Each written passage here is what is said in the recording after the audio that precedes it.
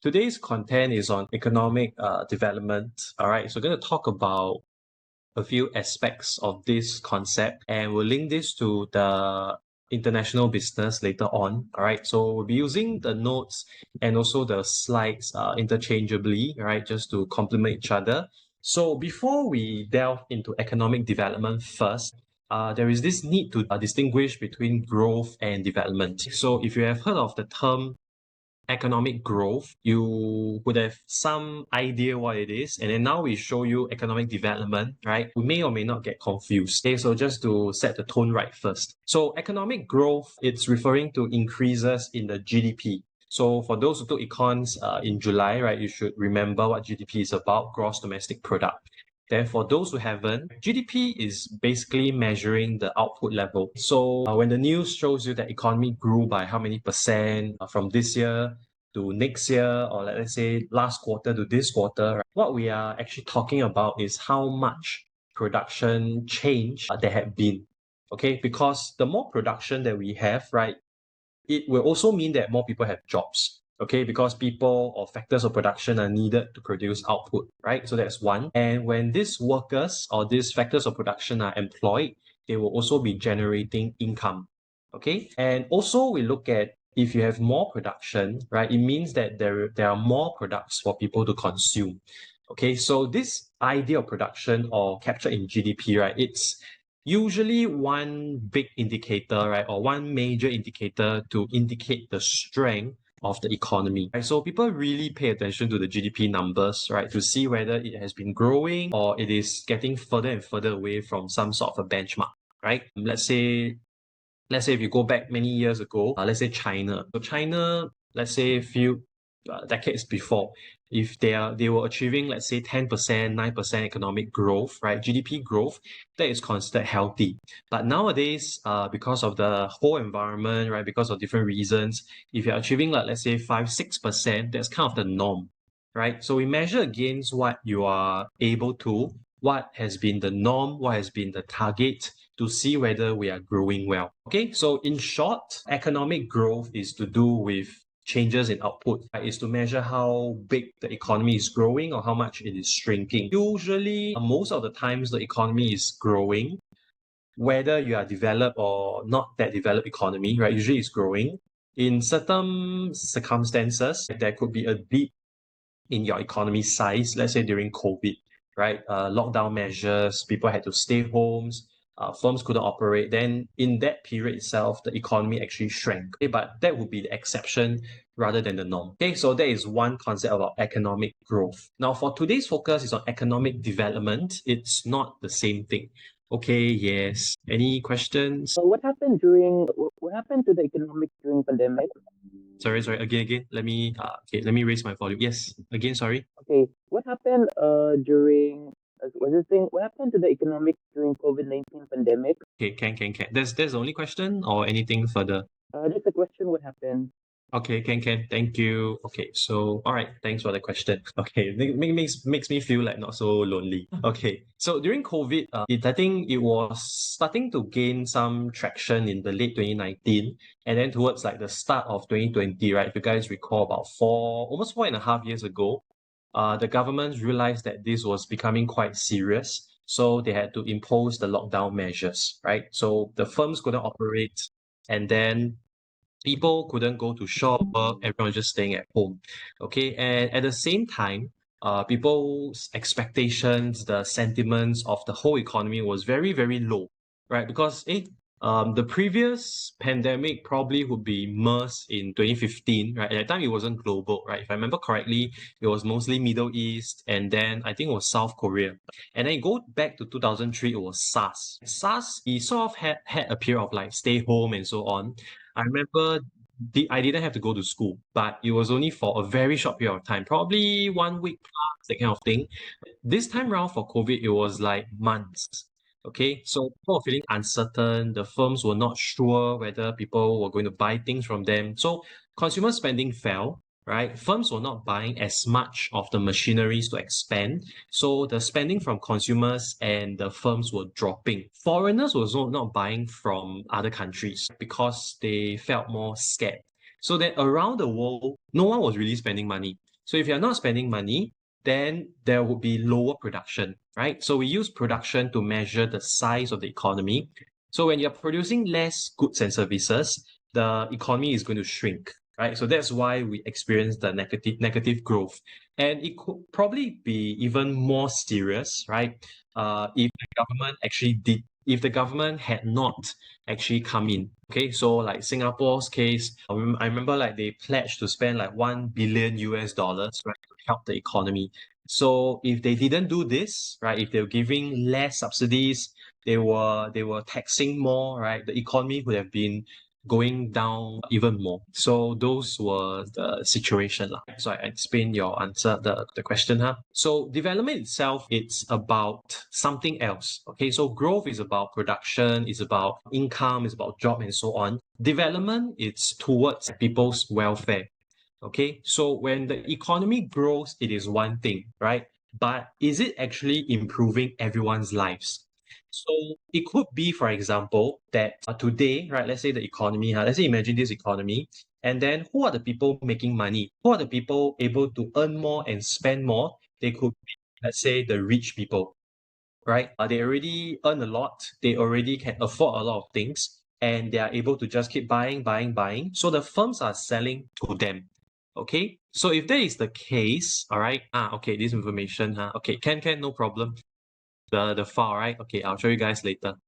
Okay, so where was I? Okay, so economic growth is measuring production, right? But it doesn't tell us specifically who is buying.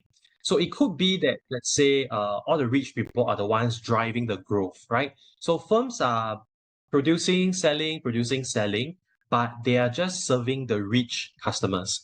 Then let's say the people at the middle class and the lower income, right?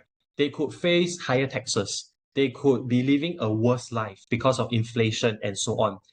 Growth, right? When you look at numbers, it is good, it is improving, right? There could be 10% growth, but the people's lives are actually getting poorer and poorer, worse and worse. So we need another measure to look at how their welfare is. So economic development, at the same time, while you may have growth, right, we are focusing on the welfare. We are asking whether the growth is helping people across the board. Okay, so generally, are the people having a better life? Okay, generally, are the people having a better life? All right, so if they are, then economic development could actually be improving. But if they are not, then even with economic growth, development could actually be going lower, right? Going from bad to worse. So that is how we are understanding economic development. You see terms here like, okay, so you can see terms here like social welfare, right? Economic growth doesn't focus on that, right? It's just focusing on income, production, but development is associated with things like poverty, education, healthcare, etc. Okay. Those with attendance later on, all right? Because now we can't take your names also because the names are not in the system. All right, I can't help. I have to go through the admin side also. Okay. Okay, so now economic development. Okay, let me just add on, okay, before we go into this. A lot to say. So economic development, another way to look at it, right, is you can look at the concept of the standard of living. Okay, so there is this idea of the standard of living. Let me just add in here, right, in red. Okay, so standard of living. Material, non-material. Now, closely related to the concept of economic development, right, is to do with material and non-material aspect. Okay, we want to measure people's well-being. We want to see whether living in this country it's giving people a better life or not, right? But we can't just say is it better life or not. It's very generic. It's not technical. So to look at this in a more technical manner, right, we use the term standard of living. This will measure the general well-being of people. And we go deeper, we are examining two parts or two aspects. Okay, so these two aspects here, we have the material aspect and also the non-material aspect. All right. So to measure people's welfare, well-being in the country, we look at two areas. So material aspect, this has to do with how much you can consume.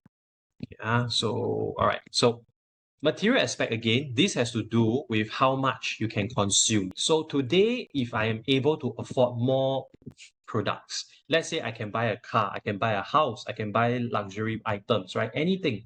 Then my material aspect is considered quite high, right? Because I can afford a lot of these goods and services in the economy. Okay, so the more that we can consume and use and purchase, then the higher the material SOL, right? Or the material aspect of standard of living.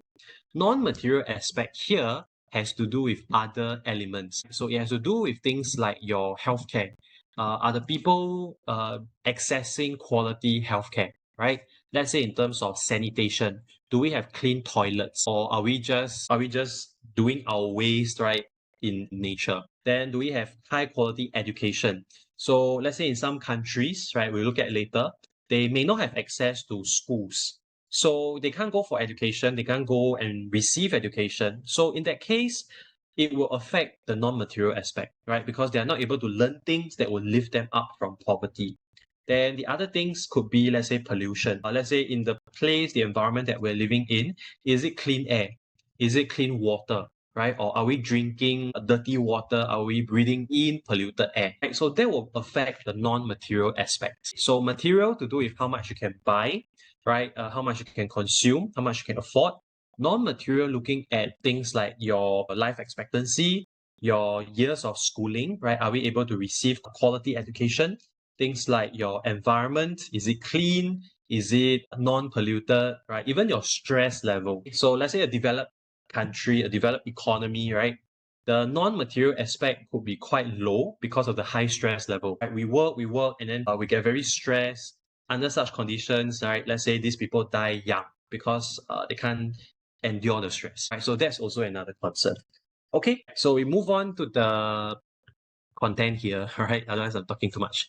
So we look at the different stages of economic development, right? Some of these we may take. So again, for the purpose of your assignment first, all right, you see which ones will apply to your context. Okay, so if you are looking at a company that is serving a lot of the low income and middle income economies, you may want to pay more attention to this, and then you can note down the qualities of these kind of economies, and then also explain why the firms are pursuing these markets, right? If it's mostly in the high income economies or like the developed economy, right, then you can also ask why, right? Why are we not branching into the less developed economies and just concentrating in the more developed economies? So some of these characteristics.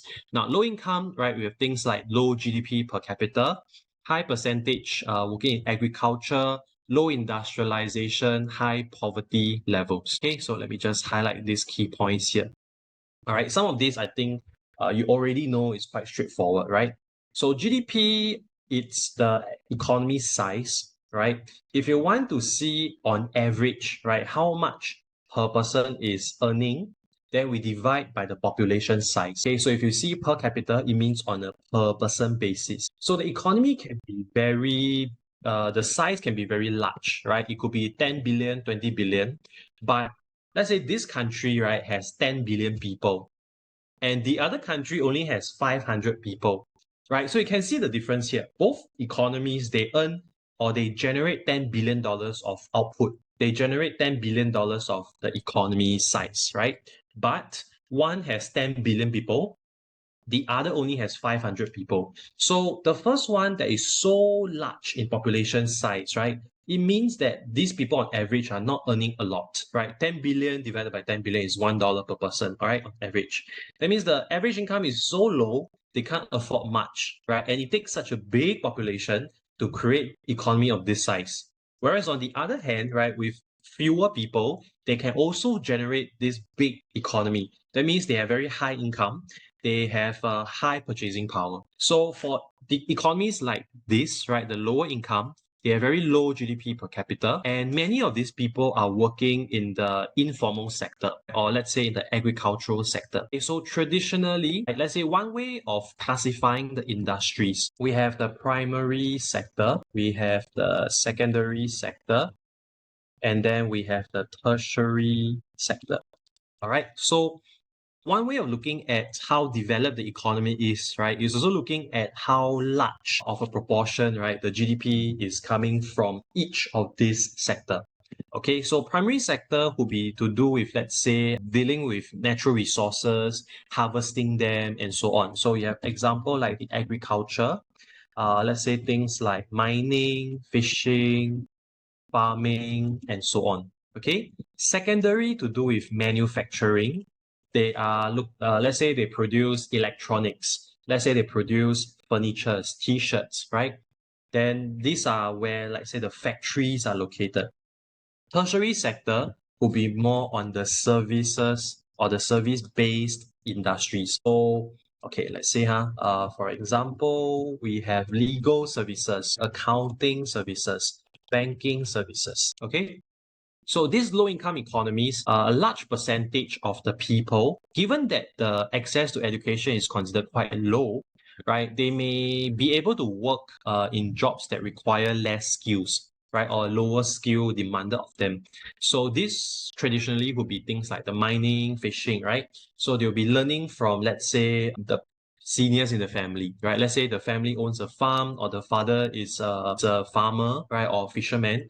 Then you teach the sons, the grandsons the ropes, and then they learn and they do it together. So this would be the primary sector. Secondary sector, manufacturing, right? This is where you're more moving towards like the middle income economies. So they start to do more of the industrialization. They start to do more production.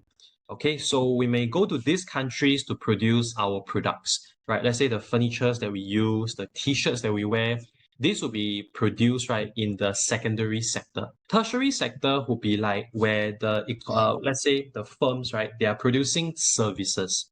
Okay, so the services here, they are, let's say, the lawyers, let's say the bankers, right, and then people will come to them for help, for services. Okay, so these are the three sectors, the three main ways to categorize, right? And by looking at this, if you have a large proportion of your GDP coming from the primary sector, that means it's also telling us that the economy is quite not very developed, right? It's still relying on all these very, let's say, how should we describe? Let's say to do with natural resources, okay? So you can't say traditional or something, but to do with natural resources. So here, low income, this low industrialization, high poverty levels. Okay, so in this case, let's give an example, right? Let's say we look at the GDP per capita table. GDP per capita ranking. Okay, let's see. Okay, so here, right, wow, we can see this is based on 2022. So we look at the case of, let's say, Singapore, right, is ranked quite high. We have GDP per capita for both here, PPP and nominal. And okay, so we just look at the first one. Okay, just this one, just to stay not be confused. So we look at this, right, 1,200 plus. This is a per person basis. Okay, that means on average, right, we look at the whole GDP for that whole year, we divide by the population size. On average, everyone has generated, everyone has earned, or everyone has spent, right, 100 plus $1,000.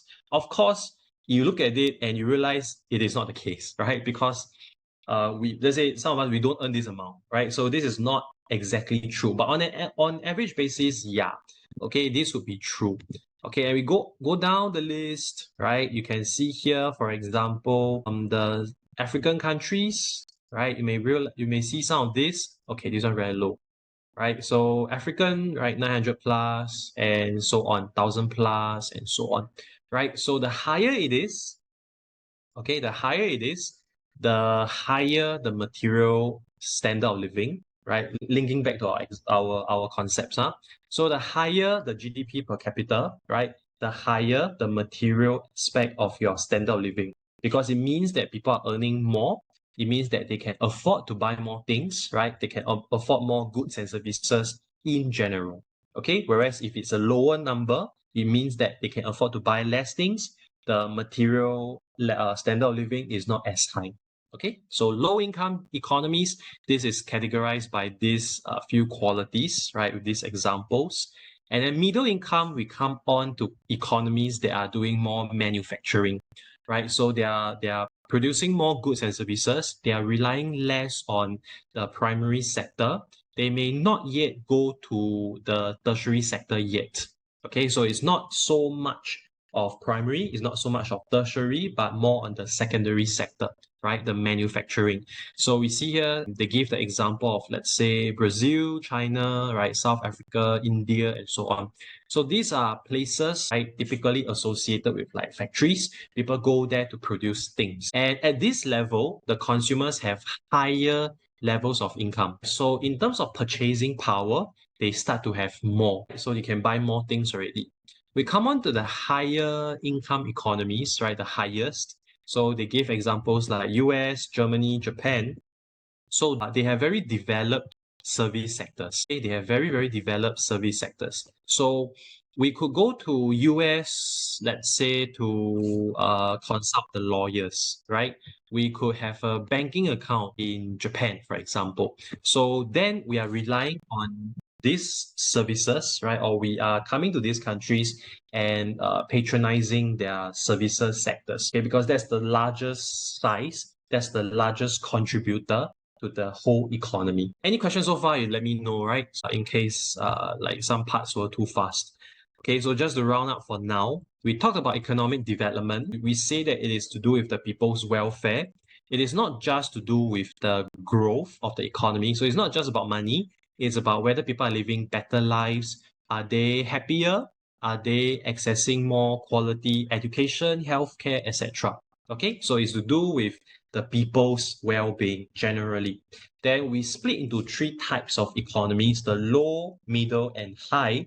We say that for the low income, they primarily rely on the sectors like mining, fishing, to do with harvesting from nature, right, getting raw resources. And then for middle income is to do with the manufacturing, right, the secondary sector. For high income, they rely most on tertiary sector, which is the services. So looking at the composition of, let's say, the economy, right, where do they get most of the income from? Then you can roughly see which category they belong to. And from there, you can list down, look at the characteristics and link it to your businesses to see why they are venturing into these economies and not others. So these are some of the characteristics. Okay, moving on. So here, right, indicators of your economic development. So we look at some of these indicators. Again, this is just for reference. For now, while you are preparing for your assignment, right, just see which one you feel that it's relevant, just use them. Okay, then subsequently, when we move on to the exams, then we narrow down some of the focus areas, right, for you to read and so that you have content to answer for the exams. Okay, so first one first, we have GDP. Now, GDP again, it is not entirely measuring development. Okay, so to answer first, right, this is the thing. Growth, we use GDP. However, for economic development, there is no one indicator. You will have to piece the whole puzzle together using different indicators. So there can be no one defining one definite measure of economic development because it really looks at different things. Right? You see that it measures or it looks at so many different aspects, material, non-material, and within those you look at different things. So you will need to assess a variety of indicators just to have an idea, right, how developed or how undeveloped the economy is. Okay, so one of the indicator will be GDP and also GDP per capita. Okay, so if you just see GDP, then it is simply just the overall number. Let's say $500,000, $3 billion, right? That's the final number. If you see per capita, then it takes into account the population size. That means the GDP divided by the population. All right. So generally, the higher GDP is, or the higher GDP per capita is, it will indicate a higher level of economic development. Okay, one more time. The higher the level of GDP or GDP per capita, the higher the level of economic development.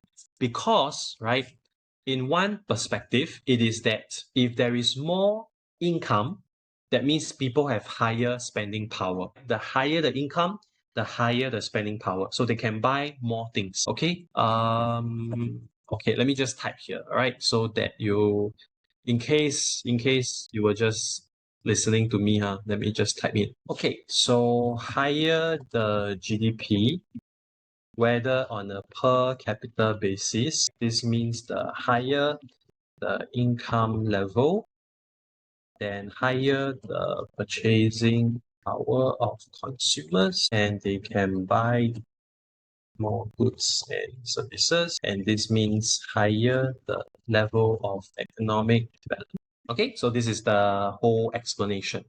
This is one way. The other way is GDP not only measures the income, it also measures the output. So GDP can mean a lot of things, all right? One is income. So the number that we just saw, right, the 100 plus dollars, right, let's say for Singapore. Okay, wait, let me adjust this. Okay, so you can see here the 100 plus $1,000, right, for Singapore, Ireland, and so on. All this will represent the income. Okay, so the higher the income, the more we can spend. The other way to interpret this number is the higher the GDP, then the higher the GDP, the higher the production or the output level.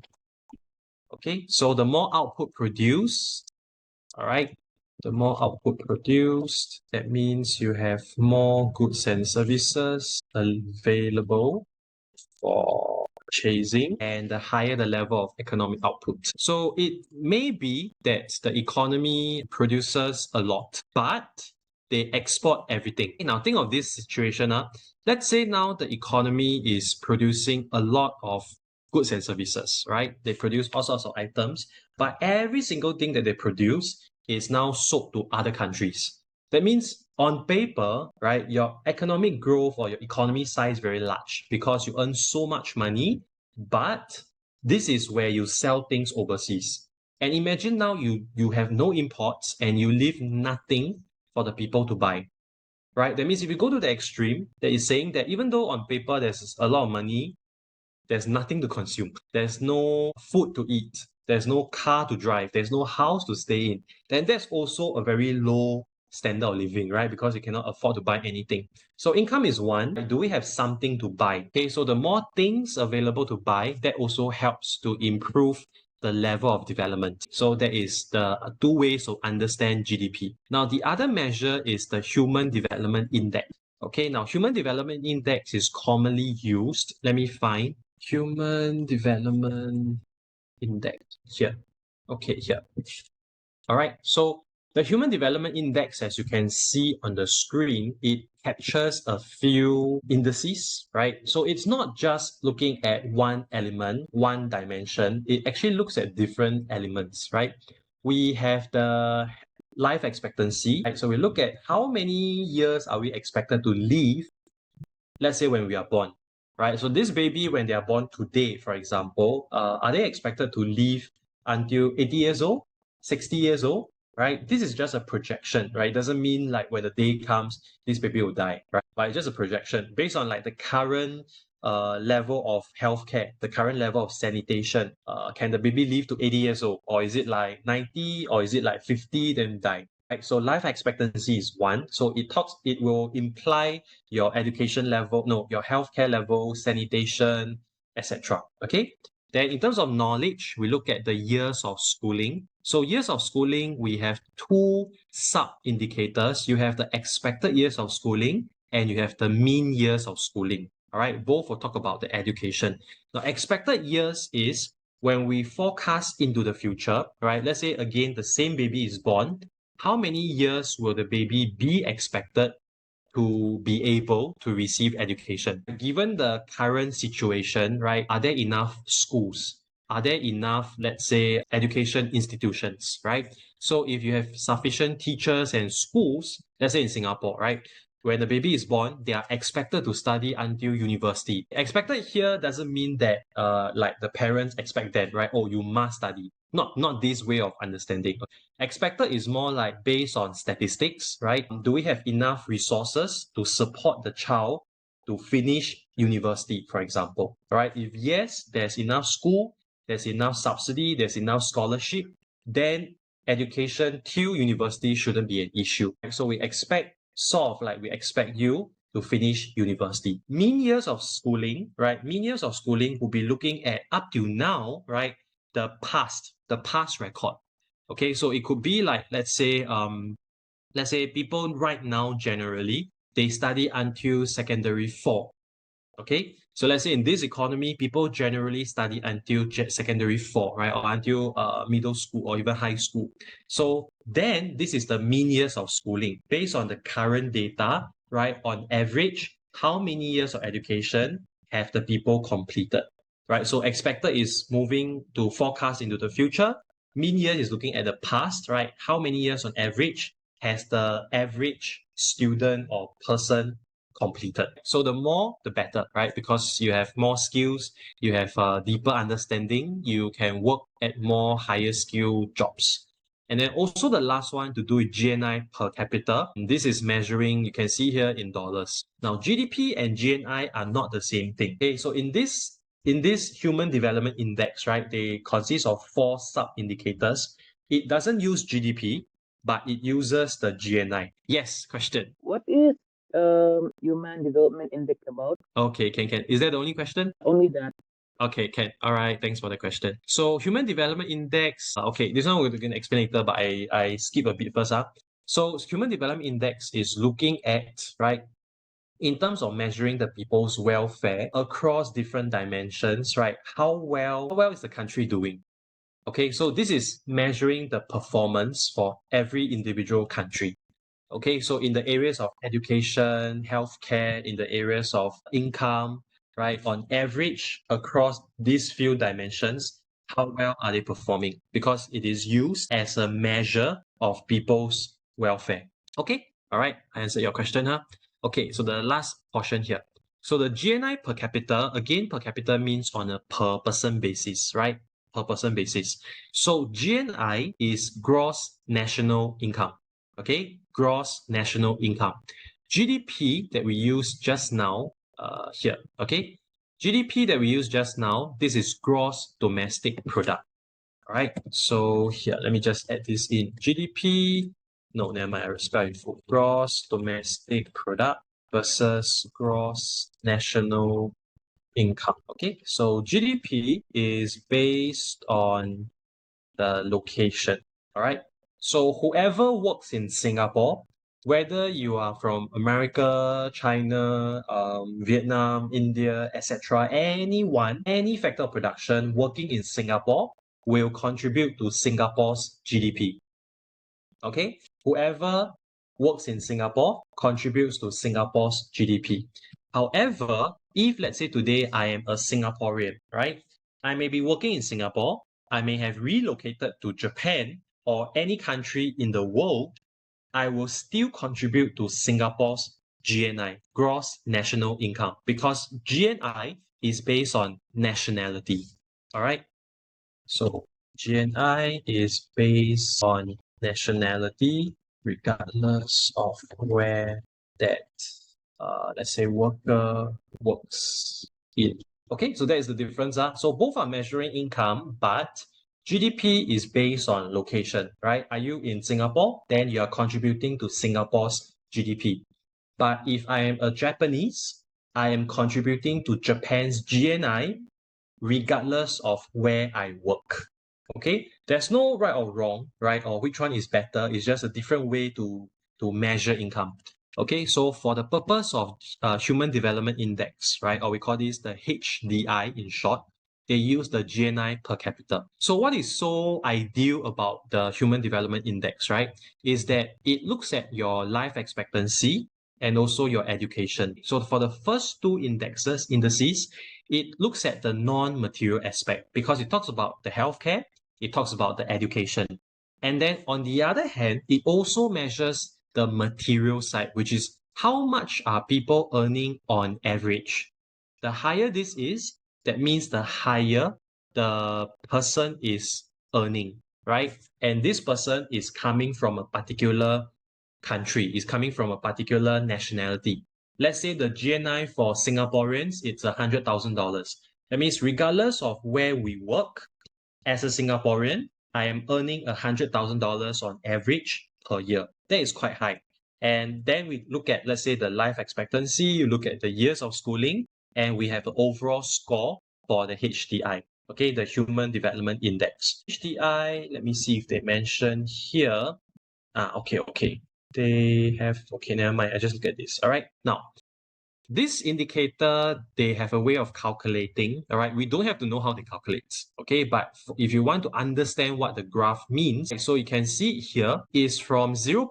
Is from 0. The graph doesn't show 0 because 0 is like everything don't have. No income, no education, everything 0. So which is unlikely the case, right? Even the poorest economies, they are still earning something. So it wouldn't start from 0, all right? So it goes from 0 to 1. It goes from 0 to 1. And you can see here on the axis, it's from 0 to 1, all right, or 0.2 to 1. Okay. So the higher it is, all right, the higher it is, the better, okay? The higher it is, the better. Let's say I show you a country like 0.9, right, for Norway, the years of the life expectancy is about 78 years, right? On average, this is quite high, right? Then they are expected to finish about 17 years of schooling. The gross national income is about $56,000. This is at about 2017 prices. So this considered quite high.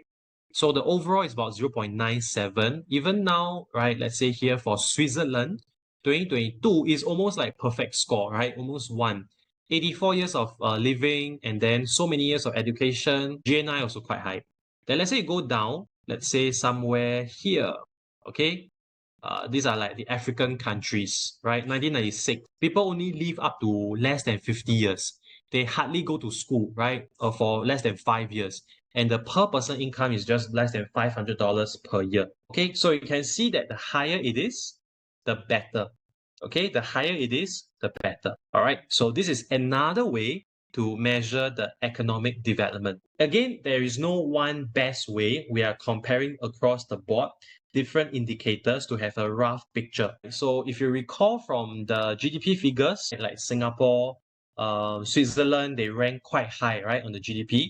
In terms of HDI, Singapore, Switzerland, and all that, they rank quite high as well. So if the country is ranking quite high for the different indicators, right, then probably it means that on average, the living standard, the level of economic development will be quite high. So this is how we look at the whole picture, all right?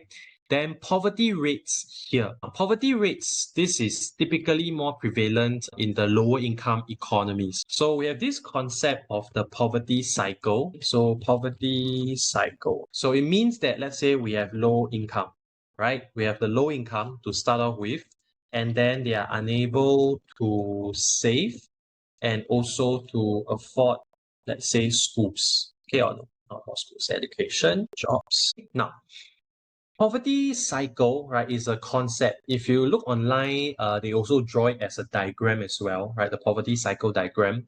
So what it shows here is it's a vicious cycle. Okay, it's a vicious cycle. So the economy is getting stuck in the low income level because of this problem, right? So to start off with, we have low income. Okay, so the households are not earning as much. They're not able to afford many things in life.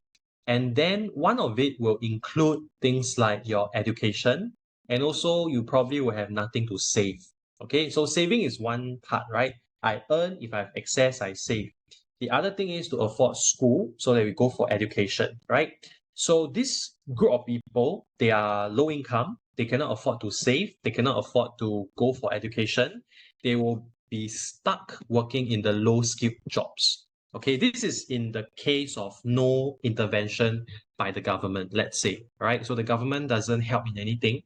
So they will be stuck in the low skilled jobs. So they could continue to be, let's say, farmers, very arduous conditions. Then they could be mining, right? Let's say we saw the video, right, with the child mining in Africa. So these are the conditions that they work in. And also because it's a low skilled job, low income job, they will continue to earn low income. And from there, the vicious cycle continues and continues. So this is the problem that many of the developing economies are facing. All right. Then the other thing, looking at the quality of your infrastructure, things like the transport system, energy, telecoms. So all these here, these are also crucial for the businesses. Okay, so since we talk about the businesses, then we come on to this part. I think we can finish this. Okay, so we finish this, then we have a short break. Okay. Okay, I feel quite fast. Okay, not sure for you guys, right? Maybe every minute is like a year for you.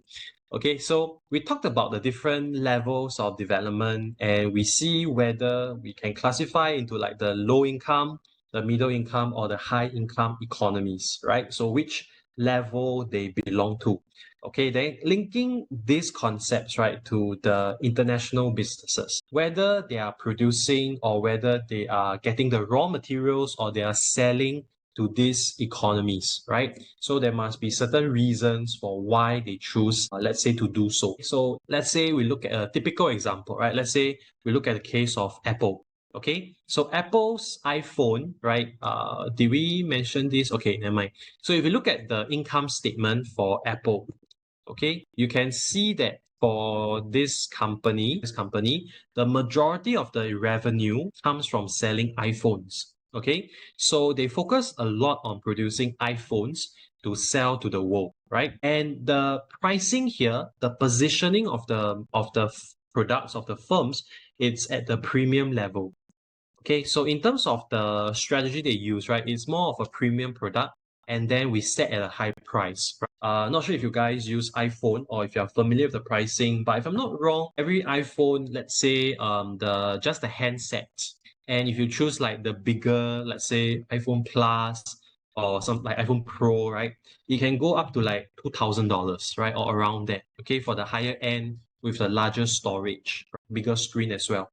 So $2,000, this is considered quite a high price. Usually, people who will want to spend on this will be people from, let's say, the middle income at least, or the higher income, right? So in terms of going after the customers, they will be chasing the economies that are more developed, right? So you can see here, it is more developed. Why? Because these people have higher purchasing power. Okay, so in terms of your products, right? In terms of your products, we are chasing after the consumers that have more money to spend, right? So you may have a presence in places like Singapore. You may have presence in places like US, right? Japan, UK. So these are people with more higher spending power to buy the expensive iPhones, right? And even if let's say you go down to let's say the middle income, right? These countries they can by and large still afford. They can by and large still afford, right? For those who choose to, because the income level could also be rising across the years. Right? So it doesn't mean that we will not sell to them, right? So these people would also have the purchasing power. But let's say in terms of the low income economies, right? Let's say for this product, we may not want to chase right the lower income economies because it's a very expensive product, right? And if the consumers cannot buy, then it means that you don't have a ready market over there, right? So this is something to be looked at. Okay, so do they able to consume this? Do they have the purchasing power? So if they don't, then this is probably not going to be our target market, right? So there's one consideration. However, when we are choosing factors of production, where to produce, where to source for your materials, then it changes. So if you chase after the middle income and the higher income economies, the cost of production is going to be higher because these workers will be demanding for higher wages. All right. So higher income economy is straightforward because these people are educated. They have a lot of options in life, right? You wouldn't want to work at a lower income job, right? Because they've spent years being educated. So they want to go for a higher income job, right? So they will not be okay, right? Getting paid like $1 per day, right? That is too low for them. However, you go back to the extreme, let's say go to the low income economies, that's where it's different. These workers, these households, they are not earning as much. So they would be okay, they'll be contented, right? Earning, let's say, a few dollars per day, right? Even in very harsh conditions. Okay, so linking back to the video, right, that we saw on, let's say, the child labor, that is why this is happening because the income situation is very harsh, is very bad, and the firms are willing to pay these few dollars to, in a way, exploit them so that they get the materials, right? Can't remember the name of the raw material, but they get this so that you can use it to produce the parts that is going to produce iPhone subsequently. So in terms of cost, we want it to be as low as possible. So the low income economies may be a favorable option. Whereas for consumers, we want them to have money to spend on our products. Then we can chase after the middle income and also the higher income economies. Okay, so this could be the case here, let's say for the firm, right, that set the strategy as such. But it doesn't mean that it is always the case. It wouldn't always be like that. Because as we can see here, developing economies may also have certain growth potential. So let me just highlight this as well. All right. Now, for now, these economies may not present a very profitable situation, but it doesn't mean that it will stay stuck like that. Okay, so let's say we go back in history, right? Look at, let's say, a few decades ago, even developed economies like Singapore, right? If you're familiar with the history, we were independent from 1965, right? At that time, we got separated from Malaysia. So the GDP figures weren't as high as they are now. But if the government can do something, let's say to equip the people with skills, they emphasize on education, they have very high quality capital goods or infrastructure. So we can see this point here, right? Just now they talk about the quality of the infrastructure. So why is this important?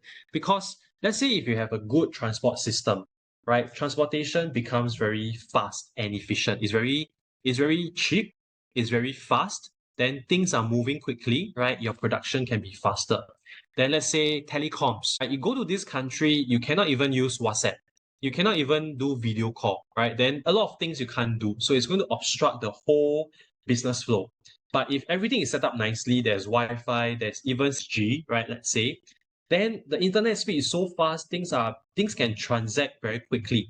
Then it's going to help with the whole business flow, right? So if let's say the government invests on all this, okay, and they build all these infrastructures up very nicely, very well, then it's going to allow the firms to come in, right? So current situation may not define how it is going to be in the future, right? Because there's a lot of uncertainty, there's a lot of untapped potential if the country can properly invest in itself.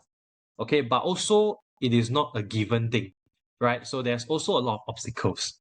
Okay, now let's say you don't care about economies or about a country. If you think about different industries, okay, just to give another example, okay.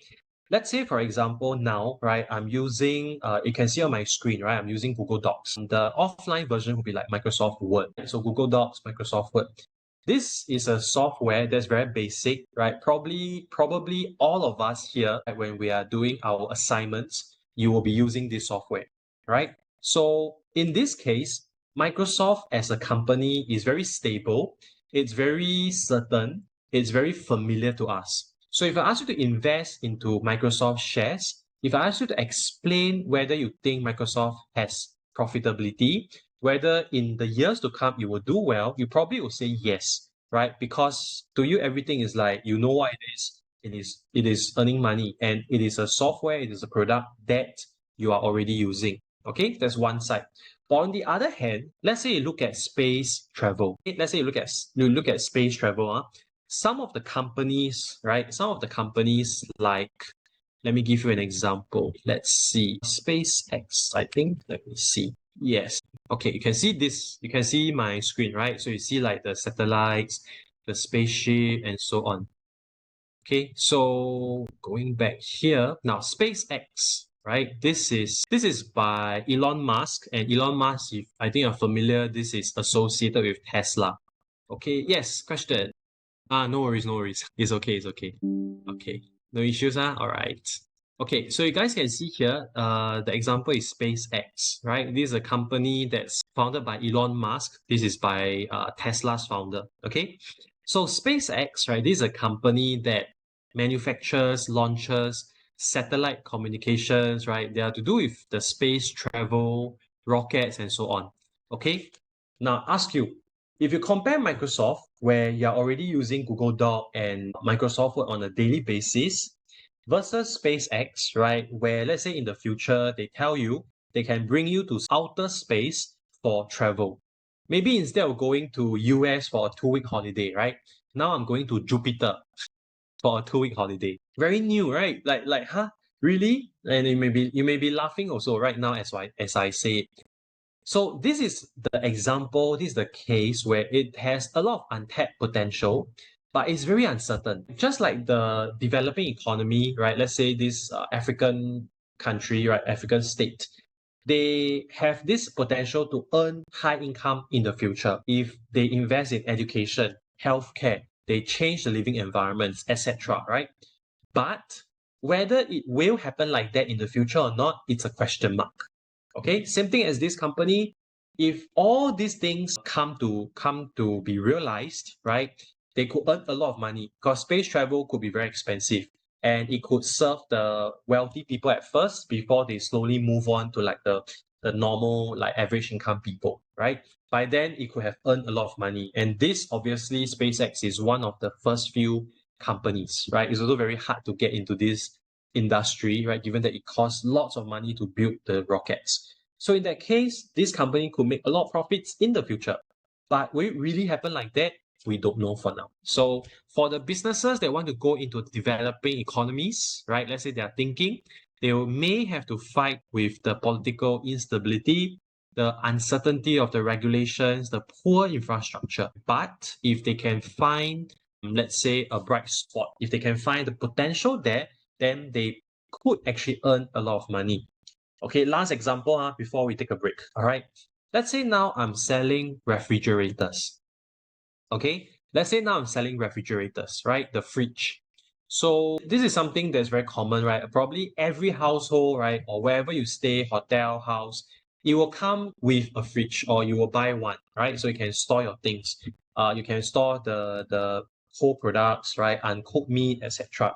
So if I'm selling refrigerators to the developed economies, right? I'll face more struggles. Okay, let's say I'm a new firm. I'm selling refrigerators, right? I'm selling fridge. I can come up with new designs. Like if you see Samsung, let me show you, Samsung fridge. Okay, Samsung fridge. Okay, you can have the very premium ones. You can also have the normal ones, right? The normal ones will be like this kind, as you can see on my screen, right? The normal, you just open the doors and then you store your things, right? You can also have something more fancier where you can have a smart screen over there. They can talk to you, they can show you recipes, play music through the fridge. Okay, now these are examples. Now, however innovative you are, right? You can come up with new designs and all that. Essentially, every person or every household, probably in the developed economies, they already have a fridge. Okay, it will be hard to compete with the existing firms, and it will be harder to persuade the consumers to switch away from their existing fridge because they are already using. They only buy when it is damaged, right? Probably one fridge can last for 5 to 10 years. So when it's damaged, then they get a new one. So they don't buy very often and they are familiar with the existing brands already. Right? So it's hard to beat into this market to come in. But let's say now I go into a developing economy, right, where the people, to them, the households, having a fridge is not a common thing. Having a fridge is not a common thing because we cannot afford in the first place, right? And not everyone has a fridge. So in that case, if you're able to come up with a design that can be cheaper, that can be more affordable for every household there, then you have an untapped market. Because in the first place, right, we come in to fill a gap, right? We want to come in with our products to fill a gap in the market so that they buy from us. But in a developed economy, to persuade people that they have a gap, which is that they need your product, it's going to be harder if they already have one existing fridge. But if you are looking at the developing economy, they probably don't have yet. Not every household has. So then you are able to serve them with that product. All right, so it's not a clear-cut thing, right? Whether it is this or that, but more like how you can think out of the box, right? And then whether you can actually go into the developing economies and see how you can serve the unmet needs of the people. Okay, all right, so these are some points for consideration, but probably if you are looking at a listed company, right, whether US or whichever country for your report, then chances are your company is going to serve or is already serving the developed economy, right? Because it's going to be safer and they have the income to spend. So you can still see whether they are actually interacting with the developing economies. and see how it fits into their strategy as well. Okay, so this is one example of the question. All right, we take a look here, huh? Explain the different stages of economic development. Discuss the key characteristics of each stage. How do the stages impact international business operations? So there are a few parts to this. Explain the different stages of development. So this one comes from the notes, right? Again, if you guys recall, we talked about the few command words. All right, we have explain, we have discuss, we have evaluate. So mostly these three. If you see explain, which is for most of the questions, it is a lower level command word. So it's telling us to use the theory, right? Give the reasons, just explain. Okay, so straightforward, explain. So then after that, they ask us to discuss the key characteristics of each stage. When we see discuss, it means that we have to talk about both sides of the argument. So we have to mention like, on one hand, it may be like that. On the other hand, it may also be like that. All right, that means we are rebutting against our own points. We are providing a second opinion. We are providing the counter argument. All right. Then also, how do these stages impact the international business operations? Okay, so this one here, they didn't specify. So you can actually answer this as an explanation question, right? Because if you recall, explanation is easier, right? Just explain one-sided how it's done. Discussion is more two-sided. Okay, so we see what the sample answer gives us. Okay, so it talks about the progress of economy from lower to higher stages of industrialization, improvements in living standards. You have low income, middle income, high income economies, right? So low incomes, we have all this. So this one here is just getting from the notes. Okay, so you can see all these points are very similar to what the notes provided above. So low income, these are the characteristics.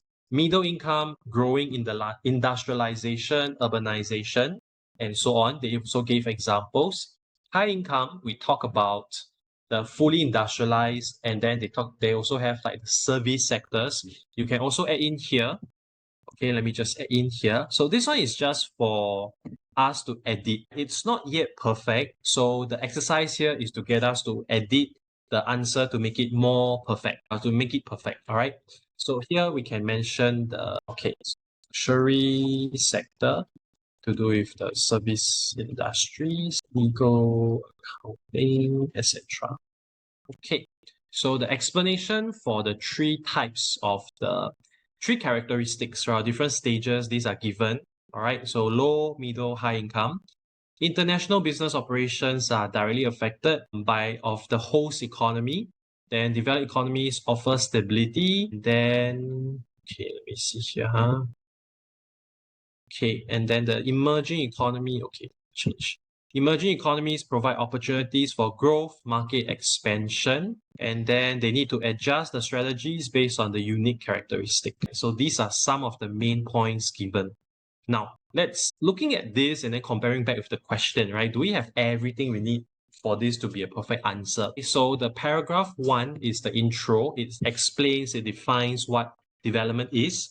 It also talks about the three stages, right? So here we have the intro. This is insurance, if you guys remember. So this gives us like the extra 1 mark, right? If we don't answer the rest perfectly. So here is the intro where we define and provide context. Okay, then we're supposed to explain the different stages. So the three stages are provided already. So these are the three stages.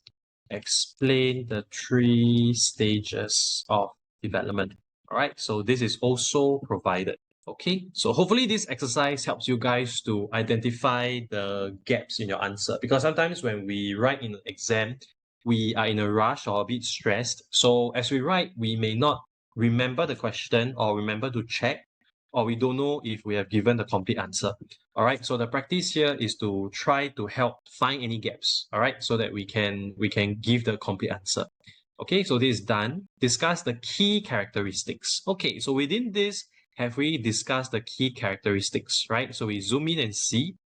Countries here suffer from weak institutions, underdeveloped infrastructure. Now, these two terms here, Okay, these two terms here, if you need some explanation, infrastructure we have explained above, right? We said that this has to do with your, let's say, energy, telecoms, transportation, things like highway, airports, right? All these equipment, all these items, capital goods already in place. So lower income economies, they typically have less of this. They may not have the money to build all this infrastructure. The government may have higher priorities because they could be spending on other areas first. Okay, so infrastructure may not be the key focus for now. All right, so they may not be spending as much. So the infrastructure is not as complete. In terms of institutions, all right, in terms of institutions, this can refer to a broad range of things. So it could be in terms of the rules and regulations that they have in place, right? Do they have a very comprehensive set of laws to protect against fraud, to protect your intellectual property, right? Or let's say things like bribery, corruption, is it all protected by law? Then also things like, let's say, the government organizations, right? So it can be a very physical, tangible item where you can see the building, right? You have this ministry department, that department, all set up for different functions. It can be a very intangible thing, such as the rules and regulations in place, all that. So with the low income economies, typically the laws they have in place is not as comprehensive yet. So when we go in, there's a chance that our ideas can be stolen, right? There's no way for you to fight because the laws are not ready yet. Okay, so this could be the case. Or let's say in terms of setting up a business, it can be very cumbersome. There could be very high corporate tax. There could be very difficult, complex, complicated rules and regulations to start a business. Okay, so all these can be considered as being weak institution. All right. So for these types, for international businesses, low-income economies present challenges such as inadequate infrastructure, political instability, weak legal frameworks. However, they may also offer growth opportunities in sectors, right? So we're looking for this. So here it presents a counter argument, right? So it said that the conditions may not be ready. It's challenging to navigate this environment if you want to go into this economy, but there could also be some potential, right? Like what we mentioned just now before the break, right? You can go in there and sell refrigerators. It can be very lucrative, right? If you can set the pricing right, if you can find a product that people are able to use. So that could be beneficial to the people. Okay, middle income, right? So again, for low income, this is quite comprehensive. It explains about the different stages. It discusses the key characteristics. It also provides a two-sided argument, right? You said it on one side, it says that it's not so ideal. On the other side, it says that there are opportunities there. Okay, so this is for low income. Middle income, growing industrialization, economies are more diverse, significant contributions from manufacturing and services, further divided into lower income, lower middle income, and upper middle income. Countries like Brazil, China, South Africa. There could be some challenges like income inequality, regulatory uncertainty. They also benefit from expanding consumer markets and improving infrastructure. So again, it provides the two sides of the argument, the pros and cons.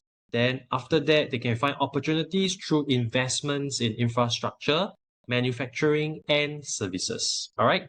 High income, fully industrialized, US, Germany, Japan, large consumer markets, significant purchasing power. So that's one. Okay, then they provide stable environments, advanced infrastructure, well-developed legal systems, also pose uncertainty in terms of the competition. Okay, so each of these, they have two sides of the argument, which is what we need.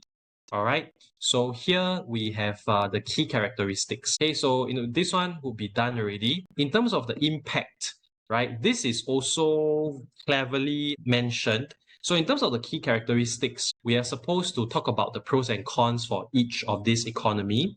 At the same time, while we mention those in the individual paragraphs, we have also mentioned like the impact on the businesses. Okay, so I say that this is quite comprehensive as an answer. One last thing to add on is you can provide an evaluation. All right, so the evaluation, as you recall, this is in the last This is in the last part of the answer. Okay, this is in the last part of the answer. So we are supposed to give our opinions. This one we give opinions, not summarize above points. Okay, so we're supposed to provide opinions on what we think about the question. So here, coming back to the question, right, it says to discuss the key characteristics, then also how do the stages affect the business operations, right? So you can mention things like, for example, how do you feel about the various stages of economies, right? Like which can provide more opportunities, for example. So which can be easier for firms to enter, or like which industry may find which stage of economy easier or more difficult. Okay, so this is your overall view. It's not limited to any particular areas. You can mention like short term, long term. What do you think about the different types of economies? Or you can link to the different types of the industries, the firms, and see if you have any opinions on them. All right, so the points here are just some suggestions. It is not the only thing that you can mention because we are asking for your opinions. All right, we are not asking for like a specific set of explanations. Okay, so this is quite flexible. Just say something that you feel is relevant to this question, the context. Okay, so this answer is quite comprehensive. It just lacks an evaluation. So question two will need us to talk about emerging markets. All right, so let's come back to the point here. Okay, so question and content. So a bit of a different content, right? Otherwise, it's too much. Okay, emerging markets, right? This one I will highlight the key definition first. Okay, so there are economies that are experiencing rapid growth and industrialization. That's one.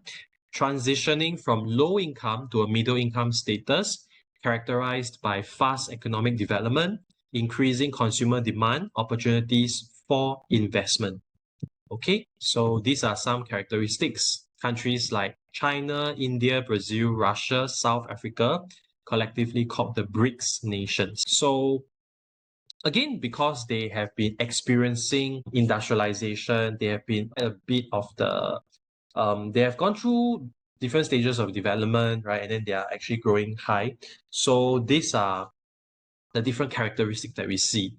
Okay, so apart from them being, let's say, just as a low income or high income economy, right? They also have these other characteristics. Okay, so again, it's not just about low and middle income, right? Not just this, but also they have this particular set of characteristics. Okay, so first one, high growth potential.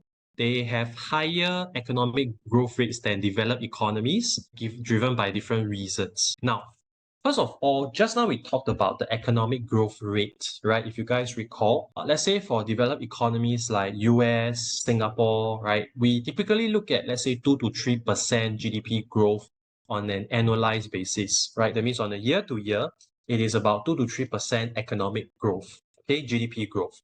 But for countries like China, India, right, it's actually very high. Let's say we go search for China. China GDP growth. Okay, let's see. Okay, here, this one. All right. So 2024 is not over yet.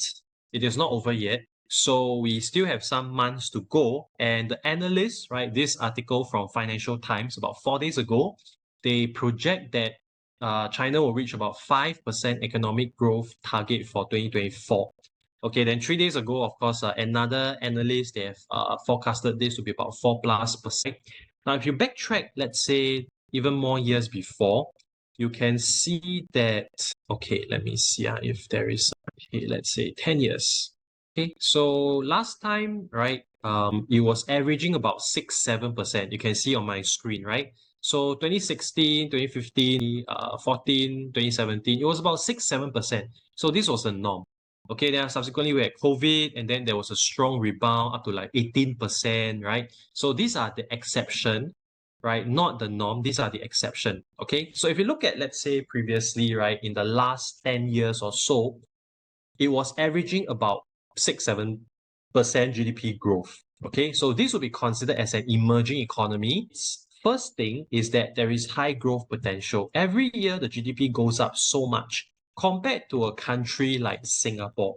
Okay, so let's say we look at Singapore GDP growth rate, right? And we look at 10 years as well. It was about 1+%, 2%, etc. So why is it like that? How come developed economies are growing slower? Because you've already grown so much. In terms of the room for growth, there is less. Okay, so first thing, there is less room for growth, right? Because you already experienced the change from primary to secondary to tertiary sectors. So you've already gone through these stages, just like an adult, right? As an adult, my height wouldn't be increasing, if at all. It wouldn't be increasing much, right, from year to year. For a teenager, for young children who is still growing, experiencing through puberty, teenage years, the growth will be much more. So let's say these children, right, this child from, let's say now and then 5 years later, the growth in the height will be much more because there's more room for growth, right? That's one thing. Second of all, right, is that in terms of the base, okay, because if you look at GDP change, it is a percentage, right? It is a percentage. Percentage, that means you use the increase divided by the previous year's GDP size to check the percentage increase, correct? So let's say I grow from 500 to 600, right? The increase is $100. 100 divided by 500, that means a 20% increase. But let's say I'm growing 100, but my previous year GDP is already 1 million. Then the percentage is very, very low. So that becomes difficult for the developed economy to have a higher percentage because their base is already very high, right? It's already a very large number. So the percentage will also get pulled down. Okay, just for your reference. So here, first thing, there's a high growth potential for the emerging economy. And the other thing is the increasing consumer demand. And this is because of the rising income level. So we are seeing the change from being, let's say, a low income household to a middle income household. A low income household could be, let's say, imagine, let's say, the African family, and then now transitioning to like the average working class family. So they could have more income, they have more purchasing power, and naturally they start to buy more things, right? And it could be crazy because suddenly you have a big group of the big portion of the population that has suddenly gotten very rich, right? Or they gotten very much wealthier. So they start to spend aggressively. Okay, so they buy and buy and buy.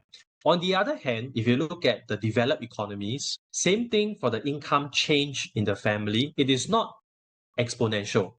Like this year, they could be earning, let's say, 60,000. Next year, they could be earning 65,000, 70,000. It wouldn't be 60,000 to like 120,000, right? It wouldn't be such a big change. It would be a smaller change generally. So as a result, the increase in the spending is not going to be aggressive as well. So for firms entering this kind of emerging market, they are very happy, right? Because the people have newfound wealth, they suddenly want to spend a lot and a lot and a lot. Okay. Next thing is to do with the infrastructure development. So on one side, the government is starting to invest more into the infrastructure. So they are building more technology, they are building more airports, highways, etc. So you have more development in terms of the infrastructure. That's one, right? On the other hand, you can also see here, it is attracting the foreign direct investment. Okay, foreign direct investment. Now, FDIs, okay, FDIs, okay, let me just define it a bit here, okay, so that we have a clearer picture. So the foreign firms will spend on capital goods, okay? All right, so here, what happens is we start to attract the FDIs into the market, all right? So FDIs, that means as a foreign firm, it is now coming into this country, this economy, it is spending money to buy the capital goods. Capital goods referring to machineries, referring to equipment, referring to infrastructure. So for example, Dyson, few years ago, decided to set up the global headquarters in Singapore. Okay, so Dyson is a UK company. So it was going to come into Singapore to set up. If I'm not wrong, the office or something is around the St. James Power Station area, if I'm not wrong, right? So it came in to set up the headquarters here. So this is considered as an example of FDI. All right, so they come in, they spend the money, they set up business, they start operating from another country. All right, this is different. Okay, this is different because if you see investment, sometimes it differs or it may give you another understanding. All right, so in terms of FDI, it is investment, but it is the firms buying into the machineries, the capital goods of another country. Okay, whereas we also have the foreign portfolio investment. So we have the foreign portfolio investment, which is about buying the shares or let's say the financial assets of another country. So FDI and FPI, foreign portfolio investment, is not the same thing. Okay, so here we are specifically just talking about foreign firms coming in to set up, they could set up a factory, they could set up headquarters, they are going to start operating here. Okay, infrastructure. So with all these different infrastructure in place, right, in the short term, it's going to create more jobs. Okay, it's going to increase the spending in the economy because firms are coming in to spend money to build factories, to build offices, to provide jobs, right? So unemployment rate is going to drop as well. So economic growth is improving, economic development should be improving, unemployment will be falling, right? Income level will be rising. So it's a lot of benefits. So this could also be a good thing. It will be a good cycle, right? Because the more firms that come in, it will attract even more firms to come in, and more consumers start to earn more, and that continues to increase more firms that they attract. So it's a good thing. So it keeps stacking on top of each other. Next part here in terms of institutional weaknesses. Now, compared to the developed economies, emerging markets still have weaker institutions. Okay, so we mentioned some of the pros, some of the good points. This one could still be in terms of weak link, right? A disadvantage. So earlier we talked about institutions, right? Talk about the rules and regulations, government policies, talk about whether it's all very comprehensive and so on. So in this case, right, if you have emerging economy, then we cannot expect the rules to be very comprehensive, right? That means let's say now there is someone stealing your ideas, right? Let's say I am a restaurant and the other companies come in and steal my recipe. Or if I'm a tech company, I've already applied for a patent and some other companies come in and steal my invention. In the developed economies like Singapore, US, right, you can use the laws to fight for your case. And the courts will probably rule in your favor. So they will help you get back whatever losses you have made. They will prohibit other parties from using your invention. However, let's say you look at the case of the emerging markets, right? In terms of the rules and regulations, it is not as ready yet. So there may be some loopholes in the laws that allows other firms to steal your invention, to steal your recipe, and there's nothing much that you can do. So that is the problem there. Okay, so if you are familiar with, let's say, intellectual property laws and so on, then there will be such examples there where they talk about, let's say, stealing, and you may have less recourse. You may be less protected, right? Because the laws are just not ready yet. So this will be significant risks for the businesses. If you talk about other weaknesses, right, it could be also to do with the economic climate. So it could be things like, let's say, high inflation. Okay, let me give other examples.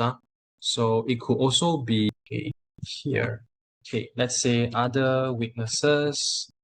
We can talk about a volatile inflation. Then there could be, let's say, exchange rates. Then you may have high unemployment. Okay, so this could be some other problems that we face. This to do with the economic side, right? So volatile inflation rates. This would be where, let's say, the economies are, okay, for example, the government has printed a lot of money. All right. So if you go and search this term called the quantitative easing, Okay, if you search this term called quantitative easing, this is where the government is printing a lot of money. It may have borrowed money in the first place because they have to finance whatever expenditure and they don't have enough to pay back. But one power, one authority of the government is that it can switch on the button, you can press the button and it can start printing money. Because money itself, this is the value is provided by the government, right? We just print the money and people will use it to buy things. So if we keep printing money, then we have the case where too much money is in the economy and it is chasing after too few goods. Imagine now today the production level is the same, but we keep printing money and everyone's salary, let's say, increased by 2 times. So in effect, everyone has increased their salary, but whatever they can buy, the output remains the same in terms of volume. So they are still buying the same volume of output, buying the same quantity of goods and services, but they have so much money now to spend on all this that they will spend more, right? So the prices of the items can keep increasing. Okay, so you have C countries like 300% inflation, 400% inflation, right? These are crazy.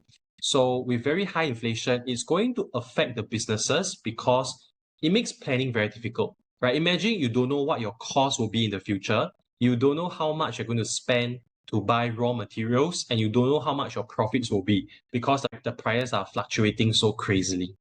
Okay, questions. Yes. What happened with the institutional weakness?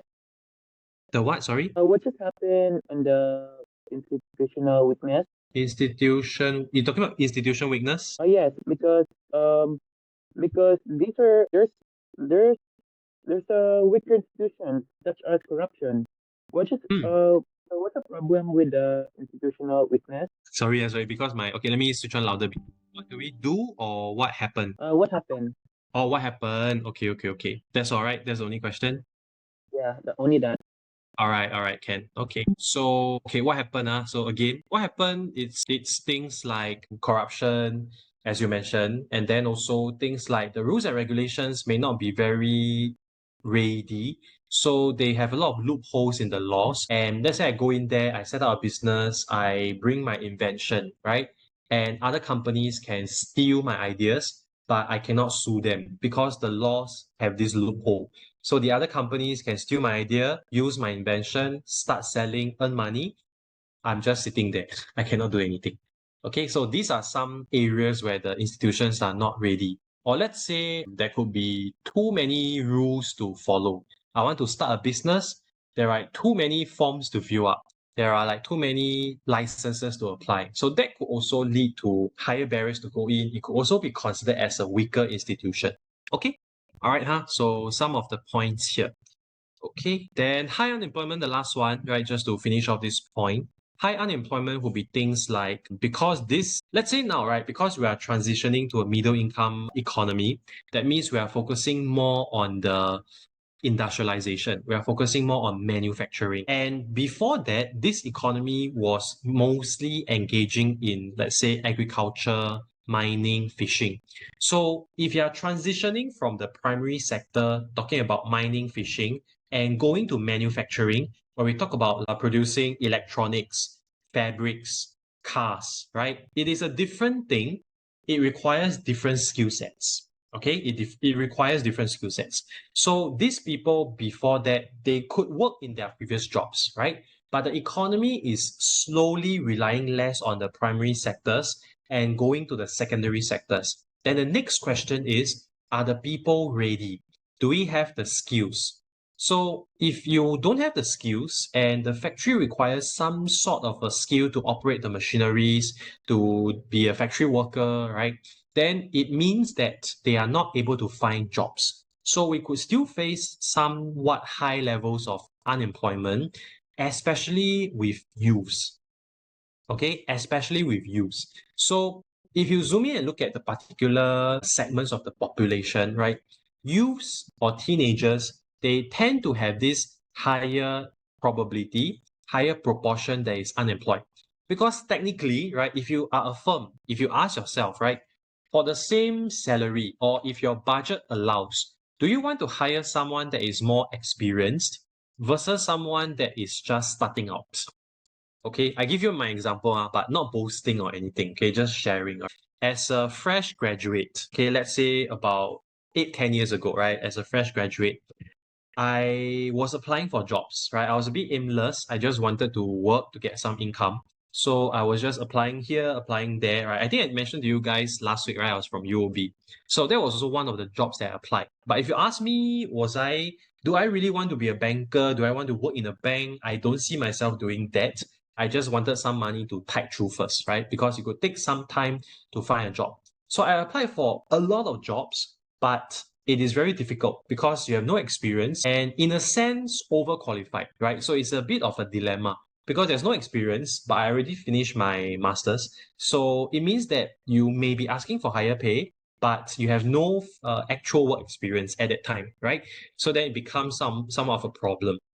Contrast to let's say now, right? Let's say people around my age, okay, let's say 30 plus, they already have work experience, right? So my friend who is an engineer, he has also got a master's, same qualification. He has been working as an engineer, project manager for almost 10 years, right? So if he were to change job now and he apply for something in the same field, he brings with him experience, right? Just like now, if you ask me to apply for, let's say, lecturer job elsewhere, right? I'm going to get it more easily compared to 10 years later, earlier, right? Because at that time, there was no experience. So then the same thing here, youths are probably going to find more problems getting a job. So in the emerging economies, you may find a high percentage of teenagers unable to find jobs.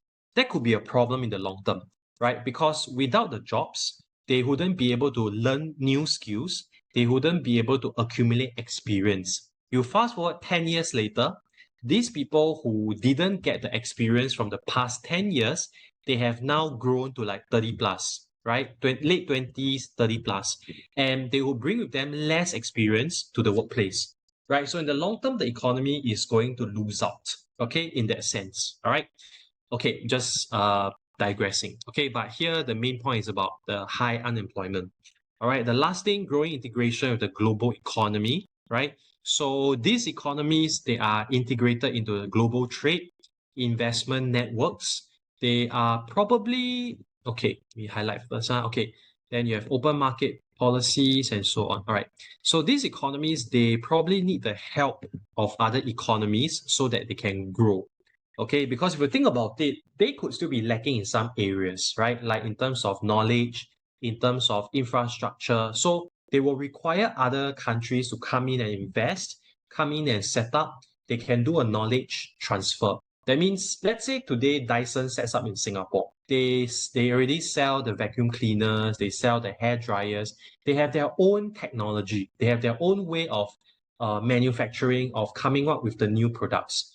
If let's say the people in Singapore are hired into Dyson, the engineers, the researchers, right, to come in and work, we will get exposed to Dyson's technology. And later on, if let's say they change jobs, they can bring with them this experience, this knowledge to other workplaces. So it's also a win-win situation where you get access to the local experts, the local talents when you hire them, and you also transfer knowledge to them so that they can learn more. All right. So that in that case, we are relying heavily on foreign partners, right? The trade partners. So have things like trade agreements become key players in the global supply chains and so on. Okay, moving on. So opportunities here, market expansion. Firms can come in, they can sell to these middle class populations. This is what we mentioned just now. There is increased demand for all these areas. Okay, so that means they have newfound wealth, they have money, they want to buy things, they will probably start spending more. Okay, so this could be considered more like in a way, necessities, right? Healthcare, financial services, etc. They may also start to buy more luxury products. So let's say as a luxury brand, right? LV and so on, they could start to come into these economies. They set up and they sell because people will be buying them like crazy, right? Because now they have money already. Okay, and at the same time, cost advantages because production costs will still be lower compared to the developed economies. Okay, so again, like what we mentioned just now, for the developed economies, it's expensive because these people go to school, right? They are educated, they are asking for higher pay, they will not settle for a lower pay. So then to get the cost advantage, to get a lower cost, we can go to emerging market. We can go to low income, middle income economies to produce our products, right? Okay, then in terms of innovation, the firms, the businesses can innovate and adapt the needs to the local needs. This one, I think there's some examples. Let me show you here. Okay. For instance, McDonald's and Starbucks have tailored their menus and store designs to appeal to local tastes and cultures in the emerging markets. Okay, so you can go and search, right? One example is, let's say, McDonald's, right? If you guys have been to Thailand, right? And of course, now you're in Singapore, right? So Thailand and Singapore, you can see the differences in McDonald's, okay? In Singapore, during the National Day period, which is in August, because it's our nation's birthday, right? So McDonald's will have a special menu. The burger has a new flavor. We call it like the nasi lemak burger. Nasi lemak is a dish, right? It's a popular dish in Singapore. So a lot of people like to eat that, right? And then the drink is bandung juice, the rose syrup, right? The pink beverage. So the whole McDonald meal, right, is very localized. They change the flavor to cater to the local needs, right? Also to celebrate National Day. Okay. Thailand's case, if you have been to Thailand before, you can see the menu is different. So let's say Thailand McDonald's. Okay, so one thing you can see here, right? This is the Royal McDonald, the mascot, right? This mascot you wouldn't find in other countries. All right. This is for Thailand. So for them, this is how they greet people, right? How they show respect. So then they do it in this way, this hand gesture. And this is also in a way localized. And of course, if you look at the menu, let's see if there's anything. Oh, let's see if there's anything interesting. The prices are a bit different. Okay, prices, I think this one may be a bit more expensive based on this. In terms of the menu, okay. Truffle, right? Truffle is a bit different. And then what else? Filet-O-Fish, we have double mac. Okay, some of the meals, these are quite standard, like your Filet-O-Fish. But some of the items may be localized, different from time to time. So this is just as an example of a firm that adapts itself to that market. Because for some, the culture may be very different. Let's say in a Western context, they may prefer these flavors. In the Eastern context, they may prefer different flavors. Like it could be, let's say, for example, right? If you compare, let's say if you've been to China, some parts, the flavor is heavier, right? Like they eat with a more spicier taste. Whereas compared to like Singapore, we wouldn't have such a high threshold. So if you come into both markets and then you're selling, let's say, hot pot, steamboat, then in terms of the spiciness level, you have to adjust, right? You cannot be selling very spicy level to like Singaporeans. Maybe half the population cannot take it, right? And then it wouldn't be popular here compared to like another city in China. So these are the examples of localization. Okay, then other things also we look at CSR. So these are some of the points you can feel free to take a look, right? I'm just going through some of the points here, how you go into the market.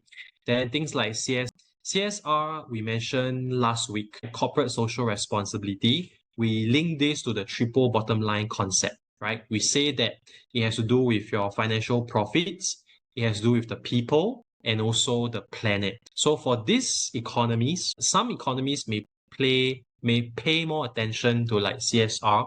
They require the firms to practice, let's say, diversity hiring. You may have to give equal pay. You may have to use environmentally friendly products, etc. Right? So these are the things to take note of as well. Okay, so sometimes it's not just to go in there and then to set up.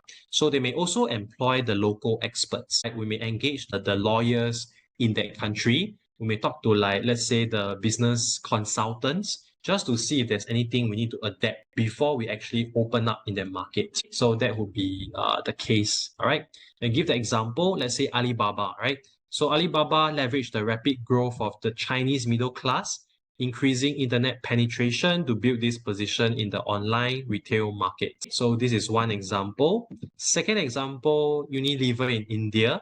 right? They have adapted the global product offerings to meet the needs of the consumers, such as localizing the products to their taste, created smaller packaging for low-income consumers, invested in the rural distribution networks. Okay, so some of these examples, if you find interesting, feel free to search more so that you can use them for your exams. All right, so in terms of the exam questions, roughly you can see these are the examples. Sometimes they may ask for examples of real world businesses, right? Or let's say the real world strategy. So please feel free to read more. Don't just look at the study guide here or even just relying on the slides, all right? Use your own information, research more so that you have more things to say for the exam.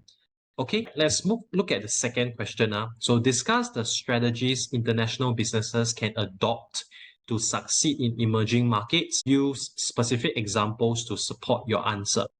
So in this case here, right, it is the command word discuss. That means we need to have both sides of the argument. We need to have our evaluation. And they talk about the strategies businesses can use to succeed in the emerging markets, all right? And use specific examples. So examples, you can actually insert in between the points. It doesn't have to be one paragraph. Oh, this is my example, full stop. As you explain your case, you can just insert the examples like what this answer has done. Okay, so for example, here, right, you can see that the example was inserted as we explain the points. Let's check this answer, right, to see how well it was written. So emerging markets present significant opportunities for firms. They also come with challenges. To succeed, they must adopt strategies tailored to the unique characteristics. Below are some key strategies. So this is the introduction. Introduction here didn't define anything. So you can see it's a bit different. First question, it defined economic development. So it was providing a definition. In this example, we also have an introduction, but we didn't define anything. We provide the context of the answer. That means before we go and explain all our points, we have to say first, okay, our answer is on the topic of emerging markets. It is on the topic of international businesses. All right. And then we'll explain those below. So the introduction is a bit redundant, right? Except that it's there so that you have an introduction. You don't just jump straight to the point, right? But apart from that, it's mostly just to go into the topic. Okay. The next part here, 1, 2, 3, 4, right? 5. So these are the strategies. Okay, so these are the strategies. Let me put the headings. Okay, these are the strategies that we have to explain and then provide the counter arguments to. All right, so these are some of the things. Okay, first one, market research due diligence. They must conduct thorough market research and due diligence. They must understand the macro environment. Okay, things like the politics, the environment, the economics, the technological sector, let's say legal sector, right? All these things they have to understand, the social aspect as well. Okay, then they give the example. For instance, Unilever, what it has done. All right, so these are the points. Okay, next part. Partnerships and joint ventures. Forming partnerships with local companies can help them to understand better and also to overcome the hurdles. All right. So you may not just, it need not just be like coming in by yourself. You can actually enter with or enter through a local firm. Okay. So this could be an industry where you're not familiar in. So in that case, you can partner up with another firm that has the expertise, that has the resources so that they can help us to succeed better. Right? Like the example they gave here for Starbucks, they partner with the local firms to navigate the complex regulatory environment, adapt the offerings to the Chinese consumers. So if you want an even more specific example, you can go and search what firms did Starbucks actually partner with. So Starbucks partner, let's say China market. Let's see if they have anything here. Okay, who did this? Okay, for example, so they partner up with AMAP, right? A leading provider of digital map content, location-based solutions in the market, so that they can provide a unique experience, offering customers in these two cities in China hassle-free way of enjoying the coffee routines, right? So this is one example of the tie-up with the partnership with a Chinese, a local firm. So I give you this one. So I paste the link here. You can actually refer. All right. Localization. Localization, they want to adapt the products to the local taste, such as, for example, McDonald's in the case of India, then ensures that businesses are better able to meet the demands of local consumers. Flexible, scalable operations, essential for businesses operating in emerging markets. Conditions in the markets can change rapidly, so they must be able to adapt the operations, scale up, scale down based on the current situation. Last one, CSR. Governments and consumers are prioritizing CSR. So you have to be socially responsible. Let's say use environmentally friendly products. Let's say to be equitable in paying wages for both male and female. Right? And they talk about the example of Coca-Cola. They invest in the clean water initiatives in Africa as part of the CSR strategy. So looking at all this, let's come back here. We have given examples, right? He has given a lot of examples. He has also talked about the different ways to adapt to the emerging markets conditions. Then also, if you want, you can mention the evaluation, right? This one is still missing. So in terms of evaluation, again, let's just spell in full.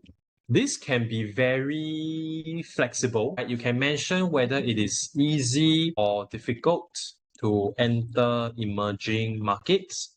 That can be one thing to discuss. You can talk about which strategy may be easier to implement, or let's say make it easier for the firms to thrive in these environments. Okay, so that can be what you suggest. Or let's say you can say like mention which strategies can be more appropriate for specific industries. Okay, so I'm just giving ideas here, what you can use for your evaluation. We need your opinions. What you discuss has to be relevant to the question. Okay, so here they're talking about emerging markets, they're talking about international businesses. You cannot suddenly talk about, let's say, a local firm, right? It doesn't go international, it's just a local firm. You cannot just talk about something like, the economy is crashing. You can talk about like supply chain, what problems there. So it has to relate to this topic, then it will be okay. So here the suggestions are things like, is it easy to or difficult to enter? So we are not even looking at the strategies. We are considering whether you should think about entering emerging markets or not. Or let's say in terms of strategy, which one would be easier to use? Is it easy to do CSR? Is it easy to be flexible? Is it easy to adapt to the local flavors? Right? If it's not, then what other strategies can you implement? Or if it's easy, then is this the best way? Or given your resources, can this be the best way to enter those markets? Right, so a lot of things here to discuss. Okay, so that's one thing to add on. Then also you may want to mention things like the pros and cons of the specific strategies, right? So it can actually be further discussed. So for example, we can say things like, let's say for CSR, right?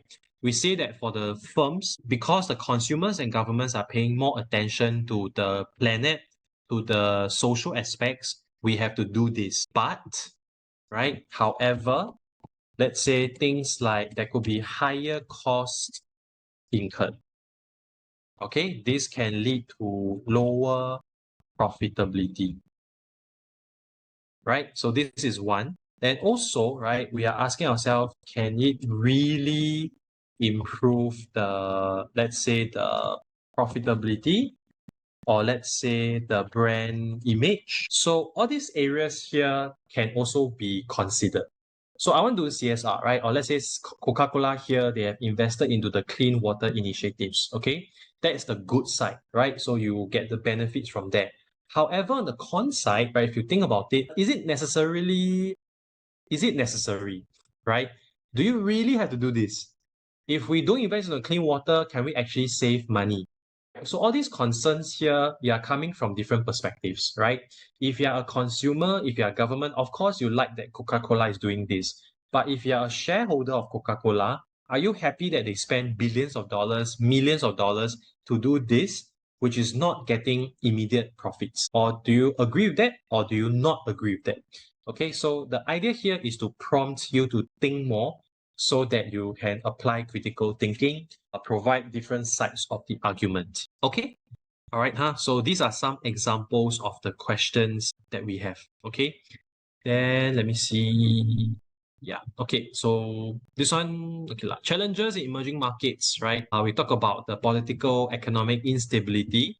So here, straightforward, just now we mentioned, right, things like the exchange rate fluctuation, inflation rate, unemployment. So all these would come under this portion as well. Then legal and regulatory, we have mentioned, the laws are not yet comprehensive.